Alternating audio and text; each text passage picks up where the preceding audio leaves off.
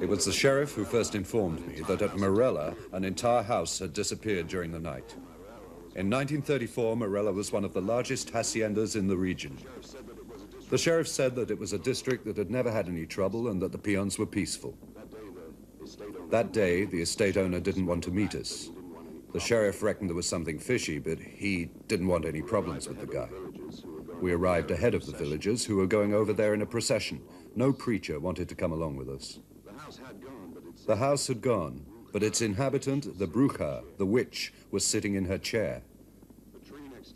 The tree next to the house. The peons said she was a shape changer. The sheriff only had 2 deputies, so when the peons got there, he wanted to parley while he waited for reinforcements. The crowd was real jumpy.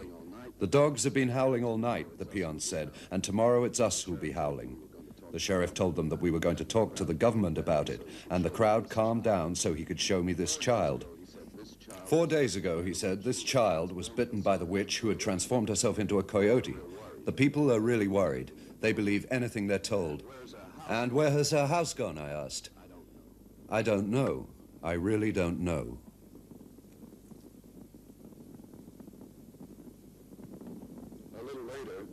A little later, the crowd was up against the ropes, and they were shouting that the witch had to be killed. They wanted to lynch her. One woman, who was completely hysterical, was saying that she was going to be possessed if we didn't kill the witch right away. And then they fired in the air, and the crowd didn't budge. What happened at that moment was very strange. I had the impression that the witch had hypnotized the crowd.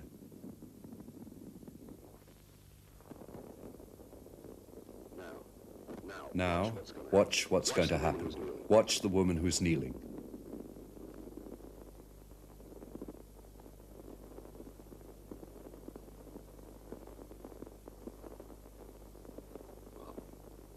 All this is true. It really happened. All this is true. It really happened. And it astonishes me when I see it today. The witch had really and truly disappeared. She knew what she was doing. 6 months later, the story recommenced with the death of the estate owner. The hacienda had been immediately bought up by a mining company who were evacuating the peons. The militia that this company were employing were just a bunch of hoodlums. So I could film, I lied to them and told them I'd been sent by the company. They believed me. The villagers were lost. Some of them were saving what they could from their houses. Others were trying to make them uninhabitable.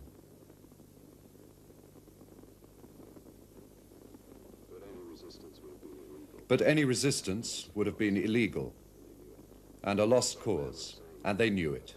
This old man was saying a peon must resign himself to life, and that's what they did. Nobody mentioned the witch again to me, even if some of them believed she was directly responsible for their fate.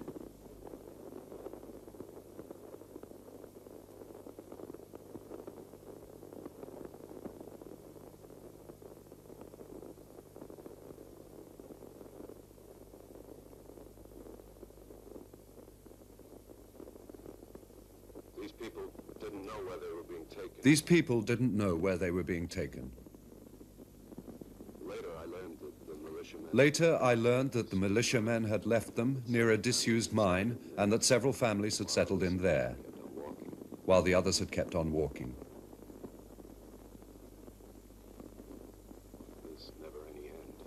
There's never any end to an exodus.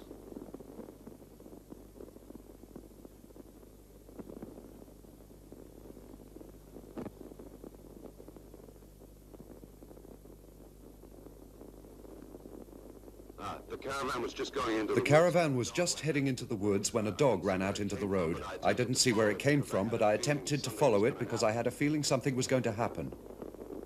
It went in the direction of the witch's house. It went in the direction of the witch's house. And when I got there myself, the black figure had come back, and the dog had disappeared. I was very frightened.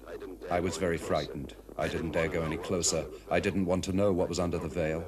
I knew nobody would ever believe me.